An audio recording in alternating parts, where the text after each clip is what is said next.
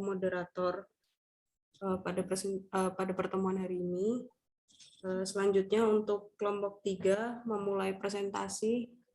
Perwakilan dari kelompok 3 saya persilahkan. Sebelumnya gini, sebelumnya dari kelompok 3 kelompok 4 itu materinya di-share di WA ya?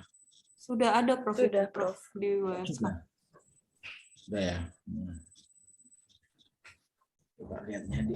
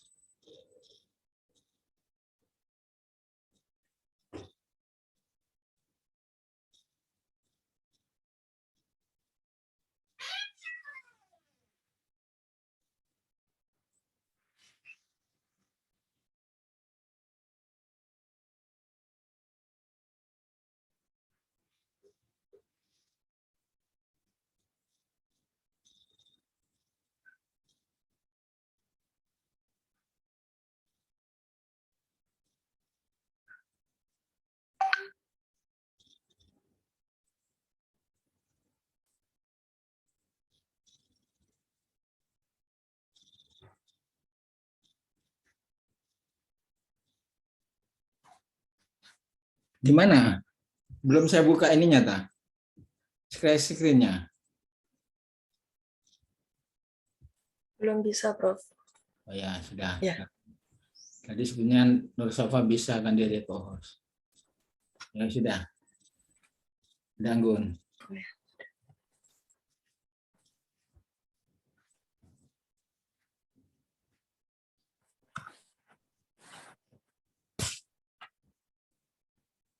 Apakah sudah terlihat?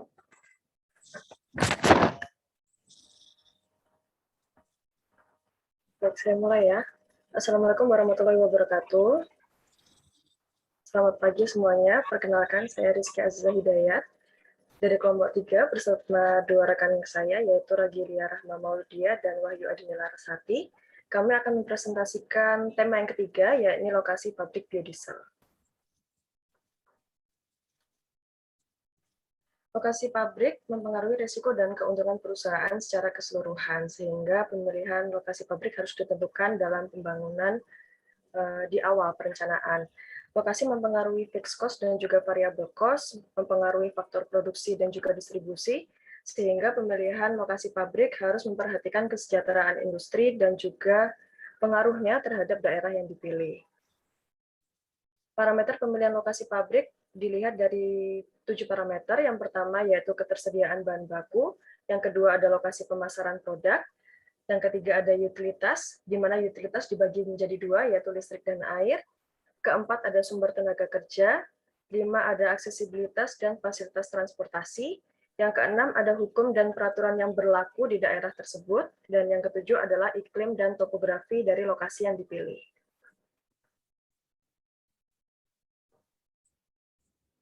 Kami masuk ke parameter yang pertama, yaitu ketersediaan bahan baku, di mana ketersediaan bahan baku menjadi parameter yang penting dalam pemilihan lokasi pabrik. Untuk pabrik biodiesel dari bahan baku CPO ini, kami memilih dari 3 provinsi dengan ketersediaan crude palm oil yang melimpah dibandingkan dengan provinsi lain yang ada di Indonesia. Sehingga 3 provinsi tersebut, yaitu Provinsi Riau, Provinsi Sumatera Utara, dan Provinsi Kalimantan Tengah. Berdasarkan Direktorat Jenderal Perkebunan tahun 2020, kami sajikan dalam data yang tersedia pada slide. Crude palm oil yang tersedia di Provinsi Riau pada 2020 sebanyak 9.984.315. Di Sumatera Utara ada 5.776.781 ton, dan di Kalimantan Tengah sebanyak 7.685.770 ton. Selanjutnya, parameter yang kedua ada lokasi pemasaran, di mana lokasi pemasaran ini harus mudah dijangkau karena dia akan mempengaruhi biaya distribusi produk, pengangkutan produk, dan juga pemasaran kepada industri yang membutuhkan produk. Berikut kami sajikan dalam tabel, yaitu lokasi pemasaran dari beberapa nama perusahaan dan juga lokasinya. Ada PT Cemerlang Energi Angkasa yang berlokasi di Dumai, Riau. Ada PT Wilmar Bioenergi Indonesia di Medan Kampai. Ada PT Musimas di Kepulauan Riau, Kota Batam lebih tepatnya. Ada PT Bayas Biofuel di Indragiri. PT LDC Indonesia di Bandar Lampung. Ciliandra Perkasa di Dumai. Dan yang terakhir ada PT Permata Hijau Palm Oleo di Medan, Sumatera Utara. Masuk ke parameter yang ketiga, yakni utilitas, dibagi menjadi dua, yaitu listrik dan air, di mana ketersediaan listrik menjadi salah satu faktor penunjang pabrik yang sangat penting. Dan ketersediaan listrik ini kami dapatkan dari berapa banyaknya kapasitas terpasang dari pembangkit listrik tenaga listrik yang ada di sana. Selanjutnya, untuk ketersediaan air, kami dapatkan dari berapa banyaknya sungai yang mengalir di provinsi tersebut.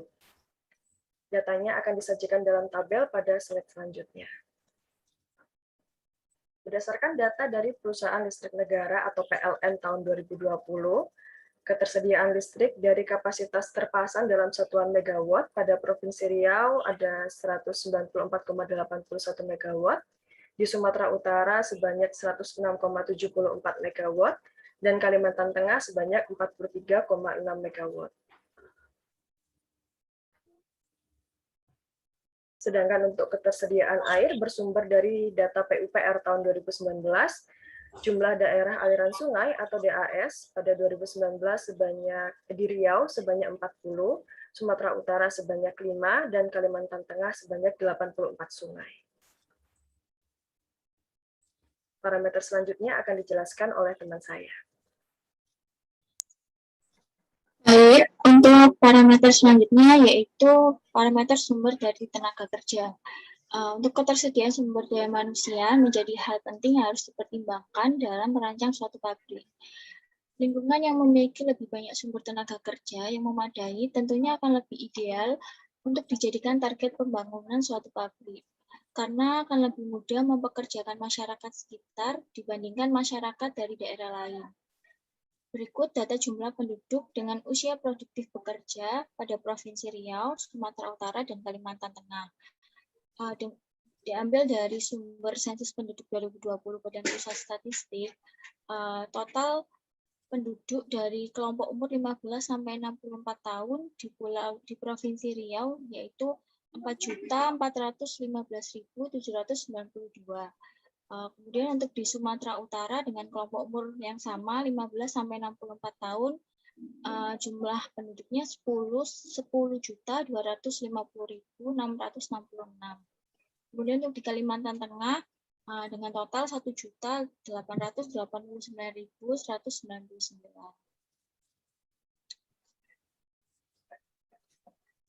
Dengan banyaknya jumlah penduduk dapat memudahkan pabrik biodiesel untuk memenuhi kebutuhan tenaga kerja.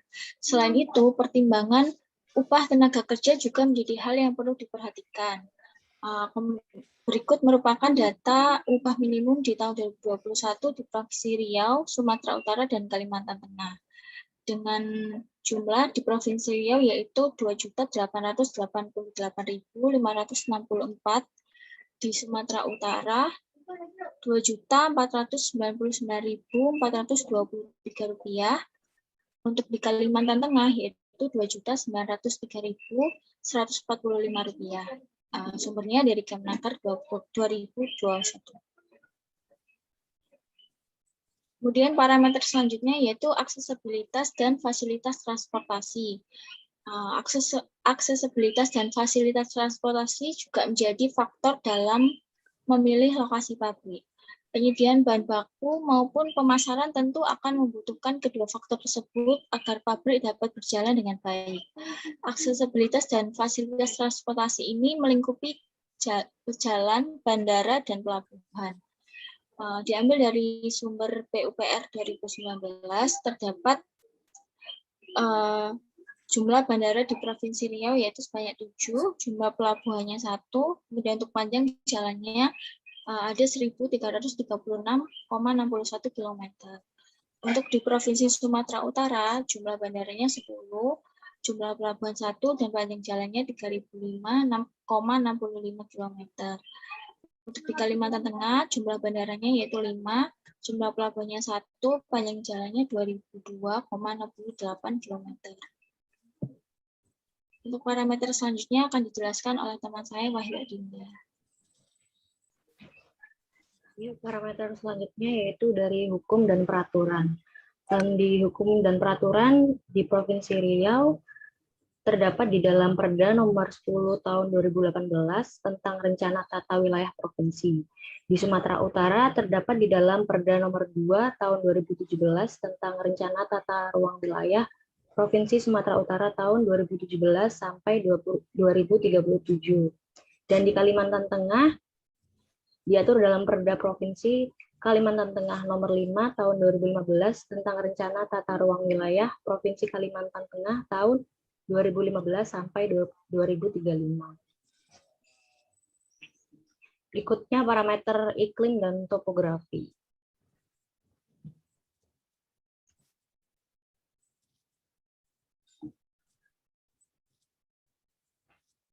Di Provinsi Riau, kondisi geografis sangatlah mendukung dengan luas wilayah provinsi adalah 87.023,66 km persegi yang membentang dari lereng Bukit Barisan hingga Selat Malaka. Riau memiliki iklim tropis basah dengan rata-rata curah hujan berkisar antara 1.700 mm sampai 4.000 mm per tahun. Riau merupakan wilayah beriklim tropis sehingga suhu udara maksimum antara 35,1 derajat Celcius dan suhu minimum antara 21,8 derajat Celcius. Dilihat dari topografinya, Provinsi Riau memiliki topografi dengan kemiringan lahan 0-2%. Secara umum, topografi Riau di Provinsi Riau merupakan dataran rendah dan sedikit bergelombang. Di Provinsi Sumatera Utara, termasuk di dalam iklim tropis yang dipengaruhi oleh angin pasat dan angin muson. Kelembapan udara rata-rata 78-91% dengan curah hujan 800-4.000 mm per tahun dan penyinaran matahari 43%. Berdasarkan topografinya, Sumatera Utara dibagi atas 3 bagian, yaitu timur dengan keadaan relatif datar, bagian tengah bergelombang sampai berbukit, dan barat merupakan dataran bergelombang.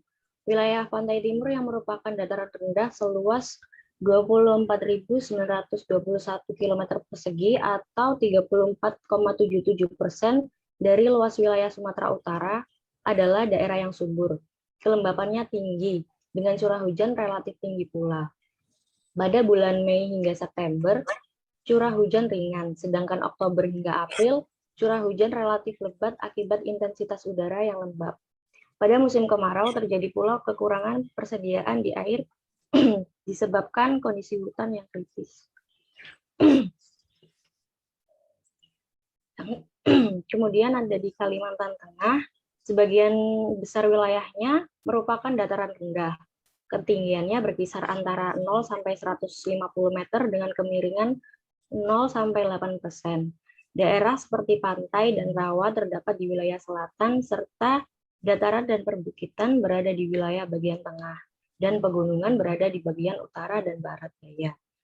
Sebagai daerah yang beriklim tropis, wilayah Kalimantan Tengah rata-rata mendapat penyinaran matahari sekitar 60% per tahun, udara relatif panas sehingga siang hari mencapai 34 derajat Celcius dan pada malam hari sekitar 23 derajat Celcius, sedangkan rata-rata curah hujan per tahunnya relatif tinggi yaitu mencapai 200 mm.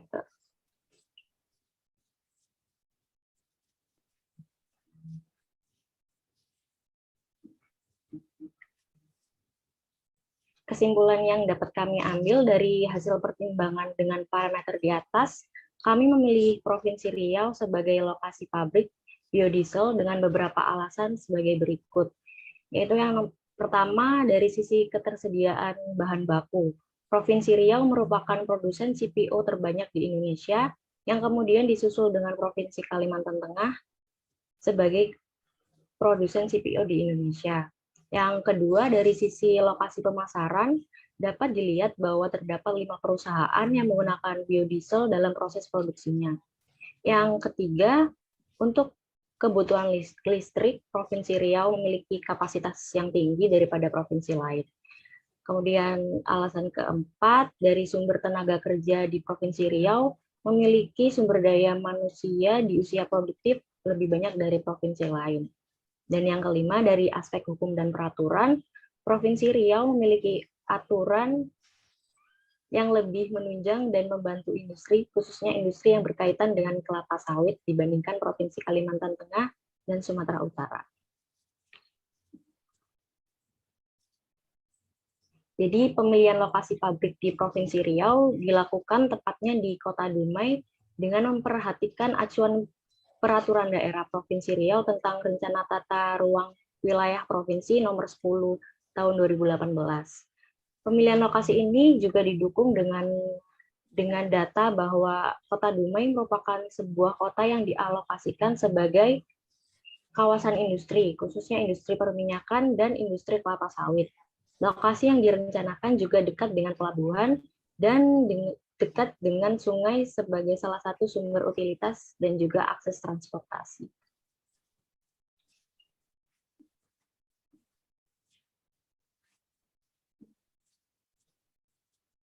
Sekian dari kelompok kami, kurang lebihnya mohon maaf. Mungkin ada yang ditanyakan.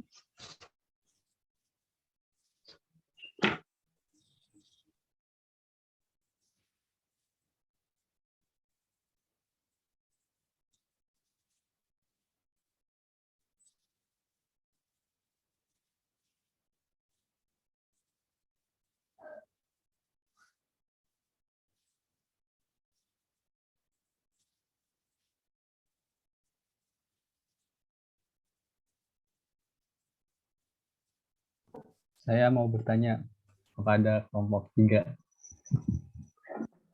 Ya, selamat pagi, saya Haris dari kelompok 15. Ingin menanyakan kepada kelompok 3 untuk tata letak lokasi pertimbangannya kan luasan pabrik ya. Apakah dari kelompok 3 ini mempertimbangkan luasan pabrik apabila nantinya pabrik biodiesel ini berekspansi atau menambah produksinya, apakah luasan pabriknya itu dapat mencukupi di lokasi kawasan industri Dumai itu. Terima kasih.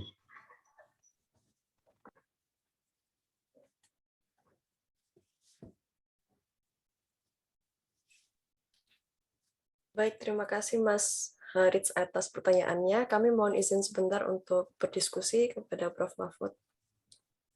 Ya, kenapa? Ya, kami mohon izin sebentar Prof untuk berdiskusi sebentar. Oh iya. Ya, Izinnya kasih. moderator aja. Oh baik, Prof. Ya. Ya.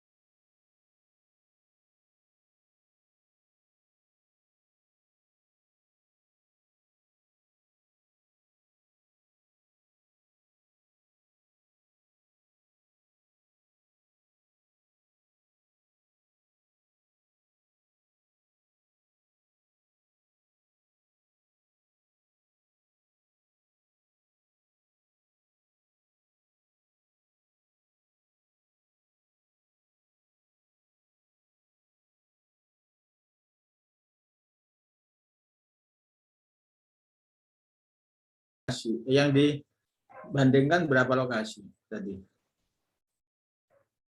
3, Prof. Oh 3 ya. Jadi Ya. Riau, terus Kalimantan gimana? Sulbar. Kalimantan Tengah. Oh Kalteng. Ya, di Kalimantan Pangkalan Bun Tengah ya. dan Sumatera Utara. Oh, ya. Cuma kok nggak ada pentabelan ya, dibuat semacam tabel. Misalkan dibandingkan ketiga itu, misalkan dari sumber airnya, tenaga kerjanya, ketersediaan pelabuhannya, terus peraturannya itu kamu buat tabel gitu semacam perbandingan ketiga lokasi gitu ya. Sehingga Ya, dari Prof. itu nanti ada scoring, dibuat skor gitu loh. Skornya misalkan lokasi Riau sama Medan ya tadi ya, Sumatera Utara itu misalkan skornya berapa, beda-beda ya. Jadi ada satu metodologi untuk memilih gitu loh ya, dikasih skor gitu ya, salah betul nanti kan masalah, tapi paling tidak sudah berusaha melakukan scoring ya. Nah dari scoring itu nanti kelihatan mana yang skornya paling tinggi, itu yang dipilih gitu ya. Iya. Kalau skornya sama, mungkin ada pertimbangan tertentu sehingga harus milih ini gitu ya. Ini kayaknya belum ada. Kamu tahu-tahu langsung milih Rio tanpa ada scoring. Sebetulnya ada metode ya. Ada metode selain scoring, terus nanti ada metode untuk, kalau tidak salah diajari di pelajaran apa itu ya. Terus dari scoring itu nanti kelihatan gitu mana yang tertinggi nilainya sebagai tempat atau lokasi yang terbaik ya untuk dipilih ya, kecuali kalau dikalahkan sama aturan ya, peraturan, karena peraturan nggak bisa dihindari gitu ya. Ya, baik, Prof. Kami belum membuat tabel untuk scoringnya. Nanti tambah itu ya. Baik, Prof. Mahfud. Ya, saya izin menjawab pertanyaan dari Harits. Dari hasil diskusi kami, ya kami mempertimbangkan luasan pabrik karena kawasan yang ada di sana wilayahnya juga cukup luas. Tuh. Nah,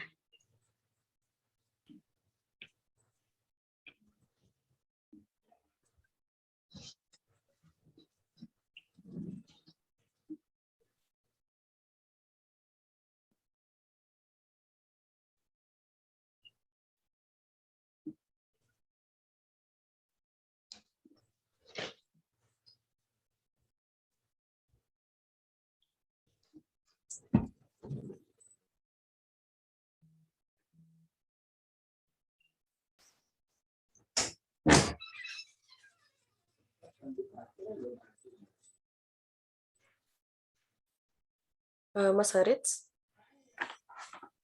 saya Rizky Azza dari perwakilan kelompok 3 juga akan menambah jawaban dari Mbak Adinda Larasati. Jadi kan kami memilihnya di Provinsi Riau ya, dikarenakan pertimbangan utama untuk kasus yang ditanyakan oleh Mas Harits, yaitu perluasan lokasi pabrik. Di Provinsi Riau ini kan untuk luas wilayahnya sekitar 87.000 sekian kilometer persegi ya, sehingga untuk daerah industrinya juga cukup besar. Apabila kami akan melakukan perluasan pabrik, masih memungkinkan seperti itu. Mungkin ada sanggahan dari Mas Harits selaku dari jawaban kami. Ya, cukup, Mbak. Terima kasih atas jawabannya. Terima kasih Mas Harits atas pertanyaannya.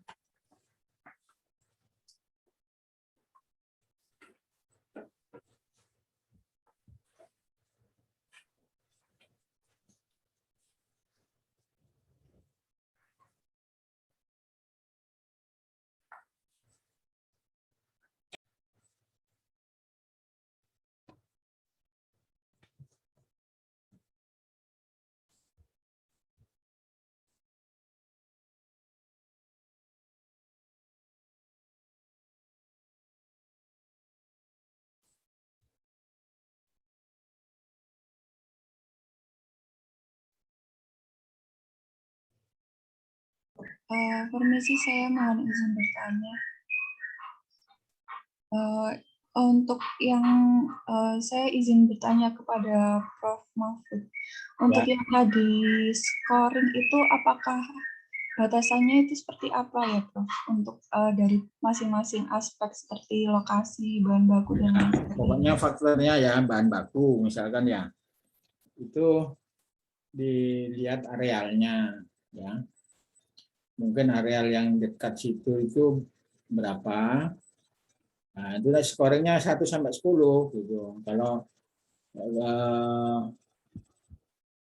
misalkan sangat melimpah gitu ya, bahan bakunya ya berarti 10. Tapi kalau bahan bakunya pas-pasan ya, scoringnya mungkin 6 atau 7 gitu ya. Jadi memang relatif, pokoknya tapi ada scoring gitu. Ya. Misalkan bahan baku, terus menyangkut air misalkan ya, sungai. Mungkin di 2 lokasi itu ada sungai yang hampir sama. Ya berarti scoringnya sama, mungkin 10 atau 9 karena sungainya tersedia. Kemudian yang berikutnya misalkan pelabuhan. Nah, kalau di situ dekat pantai, ya, yang bisa dibuat pelabuhan. Kalau ada pelabuhannya sudah tersedia, pelabuhannya skornya 10. Tapi kalau belum ada harus bangun sendiri, berarti skornya 7 atau 6 gitu. Karena ada. Tapi kalau itu jauh dari pelabuhan ya skornya bisa 5 gitu. Ya. Jadi relatif dengan pembandingannya gitu ya. Jadi setiap faktor tenaga kerja gitu juga gitu. Kalau sama skornya nggak apa-apa, salah satu ada yang sama, ada yang jomplang, ada ini, dan nanti di jumlah skornya yang tertinggi itu berarti itu yang dipilih. Gitu. Ya, bisa dipahami. Iya bisa, Prof. Terima kasih. Kalau di real ya, istilahnya di real feasibility study di dalam menentukan lokasi pabrik yang misalkan dulu pernah di pabrik semen Gresik itu mau mendirikan pabrik, dia pilih 5 lokasi ya, di daerah Pati, daerah Trenggalek, daerah dekat mana Sulawesi, Sumatera, ya Kalimantan gitu dipilih. Nah itu scoringnya ya sama seperti itu, semua faktor termasuk kandungan batu kapurnya, karena kandungan tanah liatnya, karena kalau semen kan harus ada batu kapurnya gitu. Kalau sawit ini kan di situ ada kebun sawit apa enggak, dekat kebun sawit enggak, seberapa luas kebun sawitnya. Nah yang paling luas dikasih skor yang lebih tinggi. Terus transportasi jalannya sudah baik apa enggak, artinya sudah tersedia ya. Misalkan di Sumatera sekarang kan ada tol, sedang dibangun tol, berarti punya scoring bisa lebih tinggi mungkin daripada Kalimantan yang belum ada tol. Nah, itu kan transportasi itu nanti kan untuk bahan penunjang, untuk tenaga kerja, untuk pemasaran, itu juga penting gitu ya. Bisa dipahami scoringnya gitu. Jadi scoringnya relatif, pokoknya dinilai 1 sampai 10 ya. Kalau ketersediaannya atau ini melimpah kasih skor 10, kalau pas-pasan 6, 7 gitu kira-kira. Ya. Memang relatif ya, tidak mudah, artinya tidak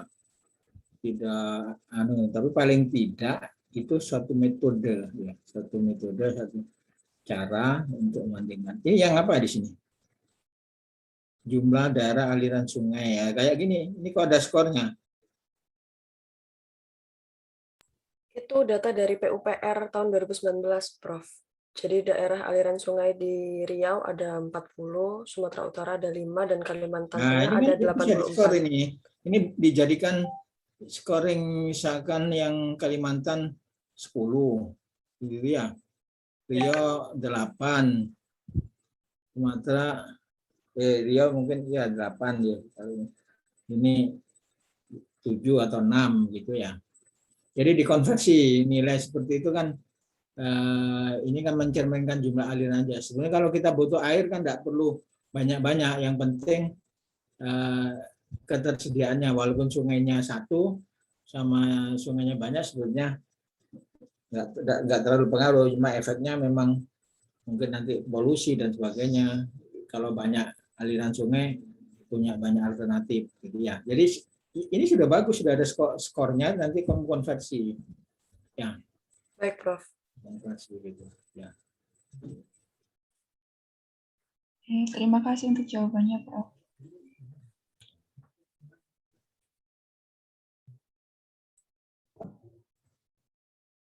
Mungkin saya izin bertanya untuk kelompok 3. Ya, silakan dilanjut. Saya Fatimah dari kelompok 1. Izin menanggapi yang pertanyaan dari Mas Haris tadi, melanjutkan pertanyaan dari Mas Haris, itu terkait Riau itu kan berpotensi kawasan yang strategis dan berpotensi begitu ya. Tentu banyak pihak-pihak yang juga ingin membangun pabrik di Riau. Nah, apakah ada pertimbangan dari lingkungan juga? Karena kan kalau membangun pabrik jadi juga ikut mengurangi ketersediaan lahan itu. Apakah ada pertimbangan dari sisi tersebut? Lalu opsi keduanya di wilayah mana dan pertimbangannya apa? Gitu. Terima kasih.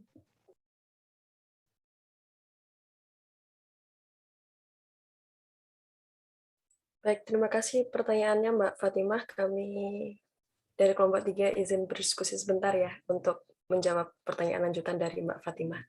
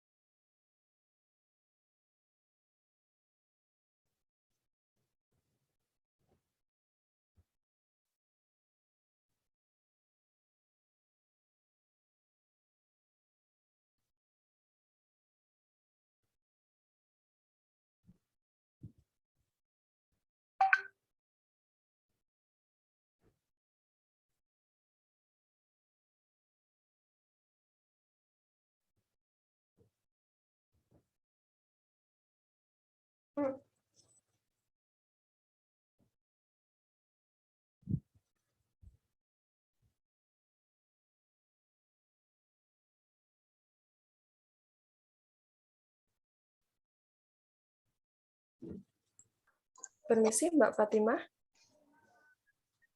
Iya. Ya, Ragilia dari kelompok kami akan menjawab pertanyaan dari Mbak Fatimah. Terima kasih. Ya, mau menjawab dari pertanyaan Mbak Fatimah tadi, untuk pembangunan di lokasi Dumai tadi kan apakah dapat mengurangi lahan. Nah, kebetulan di sini ada peraturan dan hukum dari Provinsi Riau itu yang menyebutkan dan lebih menunjang dan membantu industri khususnya di industri yang berkaitan dengan kelapa sawit. Di peraturan Perda nomor 10 tahun 2018 tentang rencana tata wilayah provinsi.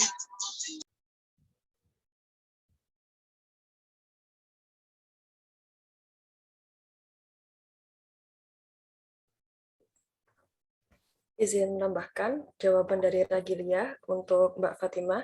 Jadi mengapa kami mempertimbangkan lokasi pembangunan di Riau, memang akan terjadi pengurangan lahan ya di sana, tapi itu sudah diatur dalam Perda nomor 10 tahun 2018 tentang rencana tata wilayah provinsi selama sekian tahun ke depan. Karena mempertimbangkan hal itu, maka dari itu kami memilih Riau sebagai lokasi yang utama. Dan menjawab pertanyaan kedua tadi, apabila di Riau tidak bisa didirikan pabrik, maka lokasi kedua sebagai alternatif di mana kami lebih memilih di Kalimantan Tengah, dikarenakan untuk pabrik biodiesel ini pertimbangan utamanya adalah ketersediaan bahan baku. Dan berdasarkan data dari permisi di sini, Direktorat Jenderal Perkebunan tahun 2020, untuk data ketersediaan bahan baku crude palm oil pada 2020 adalah yang tertinggi kedua setelah Riau. Seperti itu. Mungkin ada tanggapan dari Mbak Fatimah terkait dengan jawaban kami? Ya, cukup menjawab. Terima kasih. Terima kasih Mbak Fatimah atas pertanyaannya.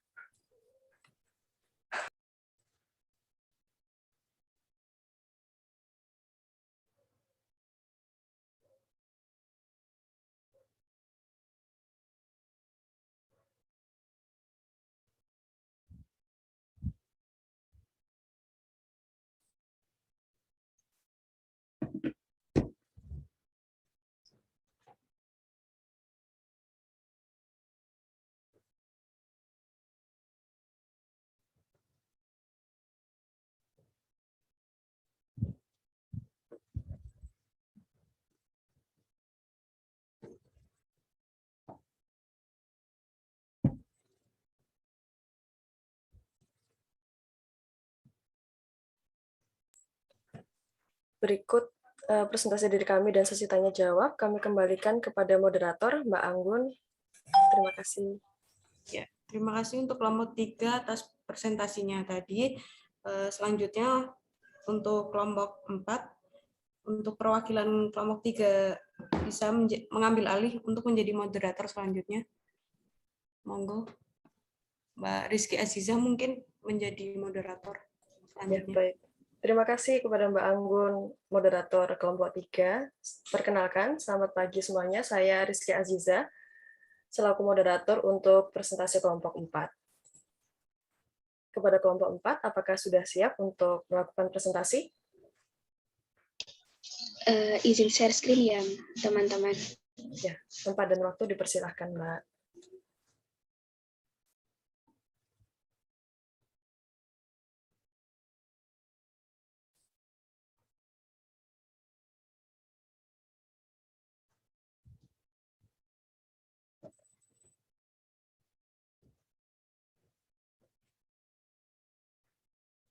Apakah sudah terlihat?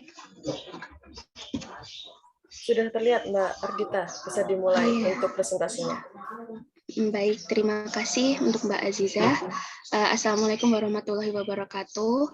Salam sejahtera bagi kita semua. Saya dari kelompok 4 akan bersama teman-teman saya akan mempresentasikan neraca massa pabrik biodiesel dari CPO. Kelompok 4 terdiri dari saya sendiri Ardita Era Anjani dan Odina Nadiasari dan Nursyova Lira Dalimunte.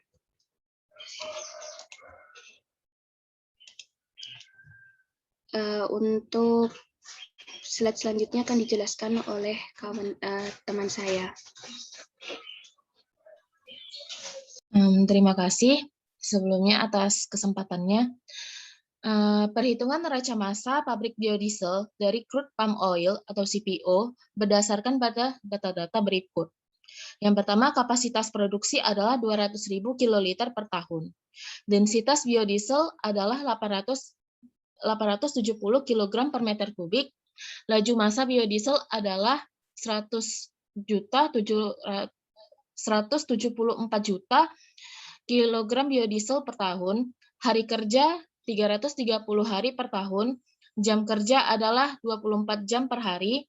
Basis perhitungan 1 jam operasi dan laju CPO-nya 22.088,87 kg CPO per jam. Komposisi crude palm oil yaitu trigliserida dengan massa 20.929,2 dengan fraksi massa 0,9475. Free fatty acid memiliki massa 1.104,4433 dengan fraksi massa 0,05. Fosfolipid 37,5511 dengan fraksi massa 0,0017. Karotennya 17,4502 dengan fraksi massa 0,0008 dan tokoferol dengan tokotrienol memiliki massa 0,2209 dan memiliki total 22.088,8664. Untuk neraca massa pertama yaitu mixing degamer. Tujuannya untuk mereaksikan CPO atau fosfolipid, lebih tepatnya fosfolipid, dengan asam fosfat 85% sehingga didapatkan gam fosfat dan kalsium hipofosfat, CaHPO4. Kondisi operasinya merupakan temperatur 60 derajat Celcius dan tekanannya 1 atmosfer. Diasumsikan bahwa reaksi terkonversi sempurna dan reaksinya adalah fosfolipid ditambah asam fosfat menjadi gam fosfat dan CaHPO4. Berat molekul dari fosfolipid di sini adalah 724 kg per kilomol dan berat molekul dari gam fosfat adalah 686 kg per kilomol. Dan berikut adalah neraca massa dari tangki degamer. Pertama dari tangki CPO terdapat beberapa komponen yaitu trigliserida, free fatty acid, fosfolipid, karoten, tokoferol, dan tokotrienol. Sedangkan di laju kedua terdapat asam fosfat 85% dan air 15%, sehingga dihasilkan menuju tangki bleaching yaitu trigliserida, free fatty acid, karoten, tokoferol, tokotrienol, gam fosfat, CaHPO4, dan H2O. Persamaan umum neraca massa pada umumnya merupakan akumulasinya adalah massa masuk dikurang massa keluar ditambah generasi dikurang konsumsi. Dikarenakan pada alat ini tidak ada reaksi, maaf ini ada sedikit koreksi sebenarnya. Di dalam neraca massa ini terdapat reaksi yaitu fosfolipid ditambah asam fosfat menjadi gam fosfat dan CaHPO4. Mol fosfolipidnya sendiri, massa fosfolipid dibagi BM fosfolipid sama dengan 37,55 kg per jam dibagi 724 kg per kilomol, sehingga dihasilkan 0,0519 kmol per jam. Dan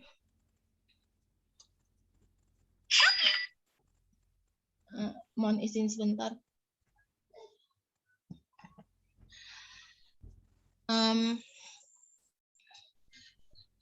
Maka di sini terdapat generasi dan konsumsi. Dan persamaannya masih berlaku yang akumulasi sama dengan massa masuk dikurang massa keluar ditambah generasi kurang konsumsi. Next. Massa asam fosfat yang masuk merupakan mol asam fosfat dikali BM-nya 0,0519 kmol per jam dikali 98 kg per kilomol. Maka di massa asam fosfat yang masuk itu adalah 5,0829 kg per jam. Dan persen asam fosfat yang ditambahkan adalah 0,027%. Dan berikut adalah tabel neraca massa input dari tangki degaming. Next. Dan di sini direaksikan dengan, kalau misalnya di sini yang fosfolipidnya -1, kemudian asam fosfatnya juga -1, molnya sama, dan produknya merupakan CaHPO4 dan gam fosfat, sehingga outputnya adalah demikian. Untuk dialirkan ke tangki bleaching. Next. Tangki bleaching ini memiliki tujuan untuk mengabsorpsi impurities dan gam dari proses degamming dengan menggunakan bleaching earth. Kondisi operasinya memiliki temperatur 110 derajat Celcius dan tekanannya adalah 1 atmosfer. Dosing bleaching earth-nya itu merupakan 1,4 dari feed CPO yang masuk. Diasumsikan bahwa gam fosfat dan CaHPO4 terbawa oleh bleaching earth. Kemudian air, tocopherol, tocotrienol, dan karoten terikat oleh bleaching earth, dan akumulasinya sama dengan 0. Dan berikut adalah gambaran neraca massa dari tangki bleaching. Dari degamer dimasukkan ke bleaching, dan dimasukkan bleaching earth, sehingga dia di dalam, sehingga outputnya adalah triglycerida, free fatty acid, dan spent earth, di mana spent earth ini merupakan dari bleaching earth, karoten, tocopherol, tocotrienol, gam fosfat, CaHPO4, dan H2O. Next. Persamaan umum neraca massanya, akumulasi sama dengan massa masuk kurang massa keluar, ditambah generasi kurang konsumsi. Dikarenakan pada alat ini tidak ada reaksi terjadi, maka akumulasinya massa masuk kurang massa keluar, sehingga karena kita pada proses steady state dan akumulasinya sama dengan 0, maka massa masuk sama dengan massa keluar. Dan berikut adalah tabel neraca massa dari tangki bleaching. Kemudian di filter press. Filter press sendiri memiliki tujuan untuk memisahkan spent earth dan impurities dengan minyak dengan menggunakan alat filtrasi. Kondisi operasinya temperaturnya 110 derajat Celcius dengan tekanan 1 atm. Diasumsikan bahwa di dalam filter press ini 1% liquid terikut dalam solid dan 100% padatan impurities terpisah. Dan berikut adalah gambaran neraca massa dari filter press. Dari tangki bleaching terdapat TGA, FFA, dan spent earth. Kemudian masuk dalam filter press sehingga dipisahkan antara spent earth dan oilosis dan TGA dan FFA. Dari aliran 7 ini dialirkan menuju tank reaktor esterifikasi. Next. Neraca massanya seperti sebelumnya, diasumsikan bahwa akumulasinya sama dengan 0, maka bisa diasumsikan bahwa massa masuk sama dengan massa keluar. Dan berikut adalah tabel neraca massa dari filter press sendiri. Next. Kemudian masuk ke reaktor esterifikasi. Reaktor esterifikasi memiliki tujuan untuk mereaksikan kandungan asam lemak bebas atau free fatty acid dengan bantuan metanol dan katalis supaya menjadi metil ester. Kondisi operasinya memiliki temperatur 60 derajat Celcius dan tekanan 1 atmosfer. Reaksi yang terjadi adalah free fatty acid-nya ditambah metanol menjadi metil ester ditambah H2O. Konversi reaksinya 93%, menggunakan katalis HCl dengan konsentrasi 36%, kebutuhan HCl sebagai katalisnya itu 0,01 kg HCl per kilogram reaktan. Konsentrasi metanolnya 97%, dan BM dari masing-masing komponen dari FFA 256, metanol 32, HCl 36,5, dan metil ester 270. Dan berikut adalah gambaran dari neraca massa reaktor esterifikasi. Dari filter press terdapat triglycerida dan free fatty acid dialirkan, kemudian dimasukkan metanol dan air, dan HCl dengan air, sehingga direaksikan di dalam reaktor esterifikasi, dan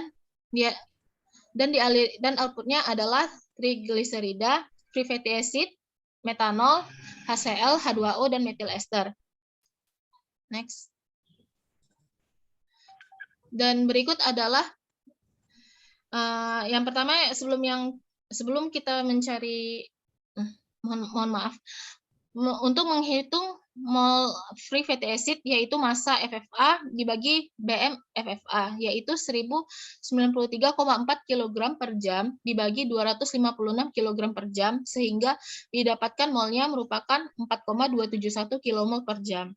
Mol free fatty acid-nya konversi 93%, yaitu 0,93 dikali 4,27109 kmol per jam, sehingga mol yang bereaksi adalah 3,972 kmol per jam. Di sini yang menjadi limiting reaktan adalah sebenarnya metanol, cuma yang diketahui molnya itu adalah dari asam oleat. Di sini C6H32O2, kalau nggak salah saya, asam oleat. Mula-mulanya adalah 4,27109 dan direaksikan 90, karena ada konversinya 93%, sehingga didapatkan yang direaksikan itu 3,972115 dan mol sisanya adalah 0,298 sekian. Sedangkan metanol diasumsikan mol mula-mula dengan mol yang bereaksi sama, yaitu 3,972 dan sisanya sama dengan 0. Mol yang dihasilkan adalah methyl ester dengan mol 3,972 sekian, dan H2O-nya memiliki mol yang sama. Next. Mol FFA yang tersisa adalah 0,2999 kmol, atau bisa diasumsikan sebagai 0,3 kmol.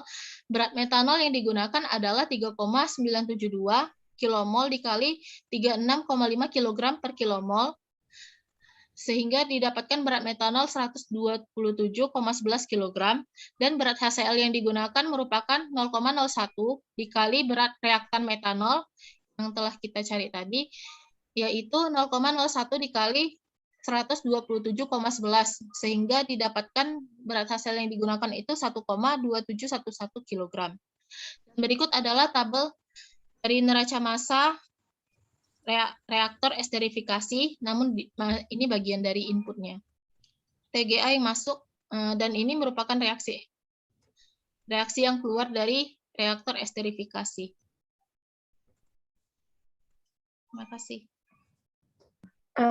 Baik, yang selanjutnya yaitu dari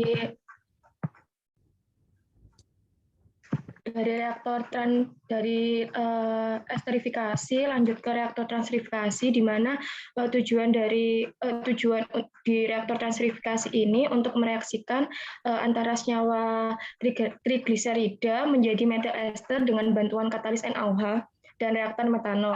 Pada proses ini dianggap konversi reaksi yang terjadi yaitu 98% dengan konsentrasi NaOH 0,5 molar dan kebutuhan NaOH sebagai katalis sebesar 0,01 kg per kilo reaktan. Dengan kadar metanol yang digunakan yaitu 97%.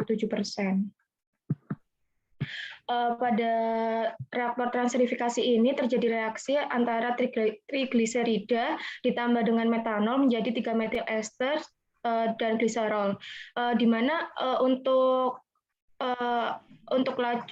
aliran yang masuk yaitu aliran 10 yang dari reaktor esterifikasi yang terdiri dari PGA, FFA, metanol, HCl, H2O, dan methyl ester, kemudian ditambahkan dengan metanol dan H2O dan NaOH serta H2O.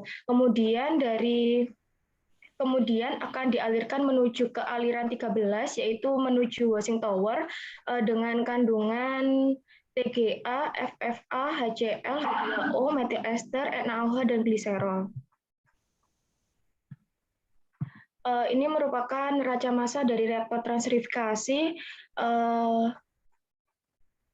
Lanjut. Yang selanjutnya setelah dari reaktor transrifikasi maka akan diteruskan ke splitter metanol, di mana tujuan dari splitter metanol ini untuk memisahkan antara metanol yang menuju reaktor esterifikasi dan reaktor transrifikasi. X. Ini merupakan blok diagram dari splitter metanol, di mana dari tangki metanol tadi, dari aliran 14 yang berisi metanol dan H2O, kemudian aliran keluarnya yaitu dari reaktor esterifikasi dan yang berisi metanol dan H2O. Kemudian untuk aliran 12-nya yaitu untuk menuju reaktor transerifikasi berisi metanol dan H2O. Ini merupakan neraca massa dari splitter metanol, di mana di splitter metanol ini kan tadi hanya untuk memisahkan aliran metanol yang menuju esterifikasi dan transerifikasi, sehingga untuk aliran keluar dan masuknya sama. Selanjutnya, setelah dari splitter metanol, dilanjut ke mixer NaOH, di mana mixer NaOH ini bertujuan untuk melarutkan NaOH padatan dengan bantuan H2O. Pada mixer NaOH ini, kondisi operasinya yaitu suhunya 30 derajat Celcius dengan tekanan 1 atm. Aliran yang masuk menuju ke mixer NaOH ini tadi dari gudang penyimpanan NaOH yang berisi NaOH kemudian ditambahkan dengan H2O. Yang selanjutnya aliran keluarnya ini menjadi NaOH dan H2O yang akan menuju reaktor transerifikasi. Berikut merupakan neraca massa dari mixer NaOH. Selanjutnya dari mixer NaOH itu dilanjut ke washing tower, di mana tujuan di washing tower ini untuk pencucian dan juga untuk memisahkan antara lapisan metil ester dengan bahan lainnya. Pada proses ini itu penambahan jumlah air untuk pencucinya yaitu sebesar 50% dari jumlah larutan yang masuk.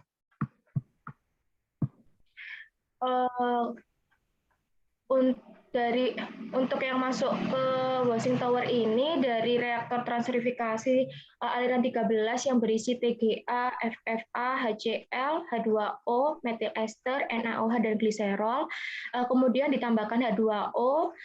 Setelah itu keluarannya yaitu TGA, FFA, H2O, HCl, metil ester, NaOH dan gliserol yang akan dialirkan ke dekanter.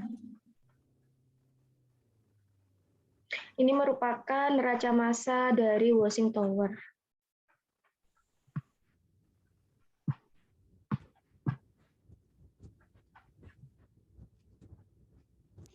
Selanjutnya, untuk proses selanjutnya yaitu dekanter. Tujuan dari dekanter ini adalah untuk memisahkan minyak dengan biodiesel, air, dan katalis. Dengan kondisi operasi, suhunya 30 derajat Celcius, tekanan 1 atmosfer, dan pada alat ini, prinsip pemisahan berdasarkan perbedaan densitas. Densitas yang berada di atas densitas air akan dialirkan menuju tangki gliserol, dan pemisahan air dengan densitas lain diasumsikan sempurna dengan penggunaan centrifuge pada dekanter, sehingga terjadi rotasi yang membuat air dengan densitas yang lebih berat akan jatuh ke bagian bawah campuran. Berikut adalah tabel densitas senyawa dengan H2O, densitasnya 1000 kg per meter kubik, FFA 853 kg per meter kubik, TG 890 kg per meter kubik, metil ester 880 kg per meter kubik, HCl 1180 kg per meter kubik, NaOH 2130 kg per meter kubik, dan gliserol 1260 kg per meter kubik. Berikut adalah diagram alir dari proses yang terjadi di dekanter dengan inputnya dari washing tower aliran 18 dengan kandungan TGA, FFA, H2O, HCl, metil ester, NaOH, dan gliserol, dan outputnya ada dua, yaitu menuju tangki gliserol dengan aliran 19 yang terdiri dari NaOH, HCl, dan gliserol, dan selanjutnya outputnya menuju evaporator dengan aliran 20, yakni dengan kandungan TGA, FFA, H2O, dan metil ester. Persamaannya menggunakan persamaan umum neraca massa, yaitu akumulasi sama dengan massa masuk dikurangi massa keluar ditambah generasi dikurangi konsumsi. Dan karena pada proses ini tidak terjadi reaksi, maka akumulasi sama dengan massa masuk dikurangi massa keluar. Dan pada proses ini tidak ada akumulasi energi pada sistem dan berlangsung secara steady state sehingga akumulasinya sama dengan 0 dan didapatkan massa masuk sama dengan massa keluar. Dan berikut adalah neraca massa dari proses ini. Selanjutnya yang ke-10 adalah evaporator. Tujuannya untuk menguapkan H2O yang masih tersisa dengan kondisi operasi suhunya 100 derajat Celcius, tekanan 1 atmosfer, dan pada alat ini prinsip kerjanya menggunakan penguapan yang mengacu pada titik didih tiap larutan, dan pada proses ini H2O dihilangkan guna mencapai kemurnian. Untuk inputnya berasal dari dekanter dengan aliran 20 dengan kandungan TGA, FFA, metil ester, dan H2O, dengan outputnya aliran 21 yaitu H2O dan aliran 22 menuju tangki biodiesel yang terdiri dari TGA, metil ester, dan FFA. Berikut adalah tabel titik didih senyawanya, yaitu H2O 100 derajat Celcius, FFA 351 derajat Celcius, TG-nya 265 derajat Celcius, dan metil esternya 290 derajat Celcius. Dengan persamaan umum yang sama, dan berikut adalah tabel neraca massa dari evaporator. Selanjutnya adalah tangki biodiesel. Tujuannya untuk menampung biodiesel yang siap didistribusikan dengan komponen TGA, metil ester, FFA dengan masanya 400, TGA-nya 414,40 kg, metil esternya 21.478,75 kg, FFA 76,54 kg dengan total 21.969,69 kg. Selanjutnya adalah tangki gliserol. Tujuannya untuk menampung gliserol yang siap didistribusikan dengan komponen NaOH dengan massa 24,1852 kg, HCl-nya 1,27 kg, gliserolnya 2.317,7506 kg dengan totalnya 2.343,21 kg. Berikut presentasi dari kelompok kami. Untuk selanjutnya, apakah ada pertanyaan? Baik, terima kasih Mbak Ardita dan kelompok 4 atas presentasinya. Kepada teman-teman yang lain, mungkin ada pertanyaan yang ingin disampaikan kepada kelompok 4, ataupun masukan dan saran kepada kelompok 4, tempat dan waktu dipersilahkan.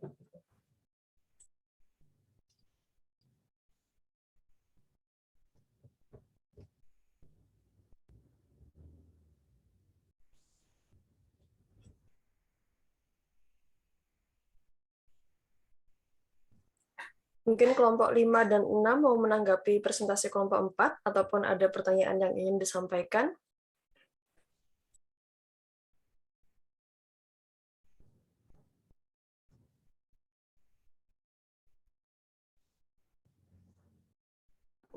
Selamat pagi Mbak Zizah, saya Haris dari kelompok 10 pengen bertanya.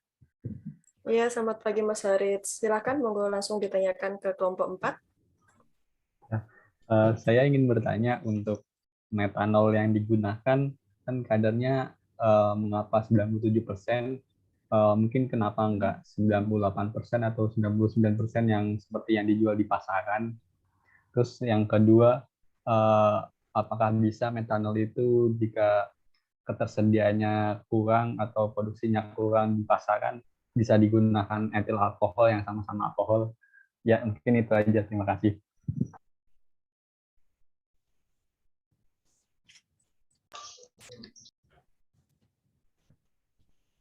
Baik, kelompok 4 mungkin bisa langsung menjawab pertanyaan dari Mas Haritz.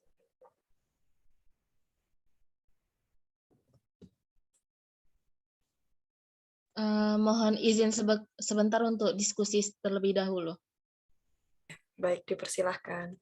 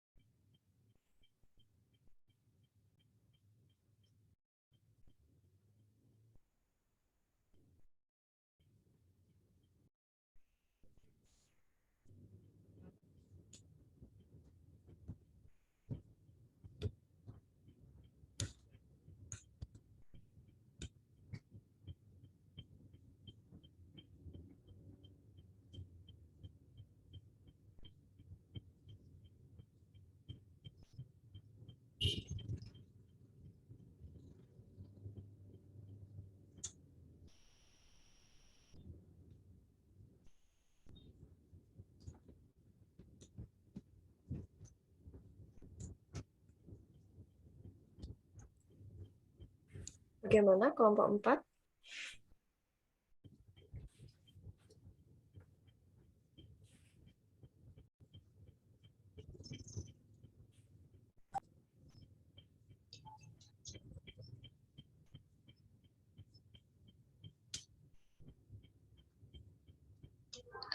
Izin menjawab ya, dari kelompok 4. Tadi pertanyaannya apakah boleh memakai selain metanol? Jawabannya cukup pakai metanol aja karena nanti akan mempengaruhi kualitas fisiknya. Karena setelah proses dari penambahan metanol itu kan ada proses pencampuran. Begitu.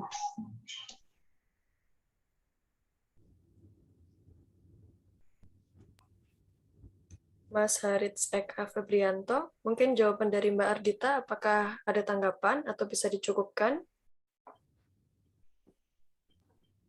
Sudah, terima kasih atas jawabannya Mbak Gita dan kelompok 4.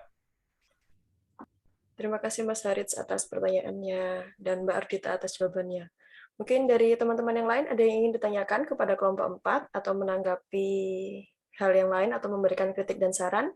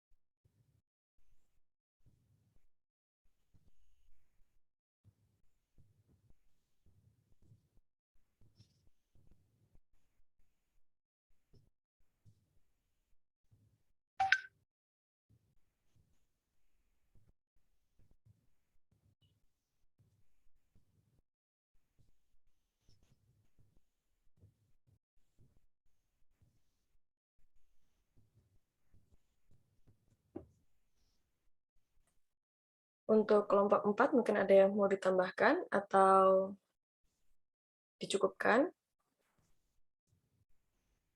Dari teman-teman juga mungkin apakah ada yang mau ditanyakan lagi kepada kelompok 4?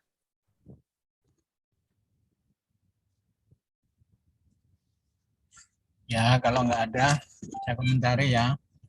Jadi tadi jawabannya kurang pas. Jadi kalau diganti alkohol boleh, cuma harganya lebih mahal. Tuh, itu aja. Kalau kualitasnya nggak beda jauh, ya masih bisa diterima. Cuma mahal, lebih mahal alkohol daripada metanol. Terus yang kedua, tolong dibuatkan blok ya, satu blok ya, yang masuk itu apa, yang keluar itu apa, ya. Jadi yang masuk itu bahan baku sawit, metanol, katalis, terus yang keluar itu biodiesel, terus gliserol itu dalam satu blok gitu ya.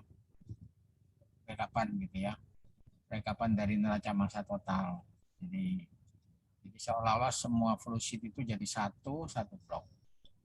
Ya. Ya, itu aja saya kira. Sudah. Baik Pak, terima kasih. Nah, ditutup ya. Cukup sekian presentasi dari kelompok 4. Mohon maaf jika ada kekurangan. Untuk selanjutnya saya kembalikan kepada Mbak Rizky Azizah. Terima kasih. Terima kasih Mbak Ardita, Mbak Odina, dan Mbak Nur Syofa selaku dari kelompok 4 atas presentasinya.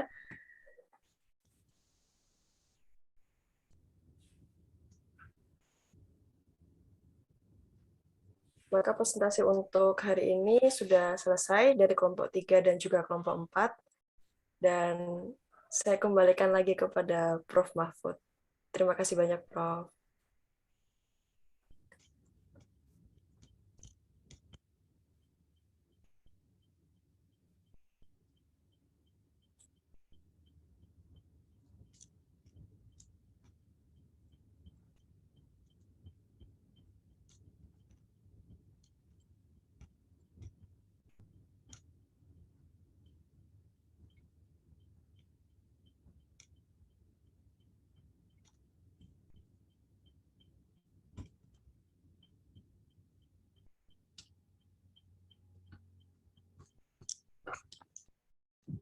Ya, makasih.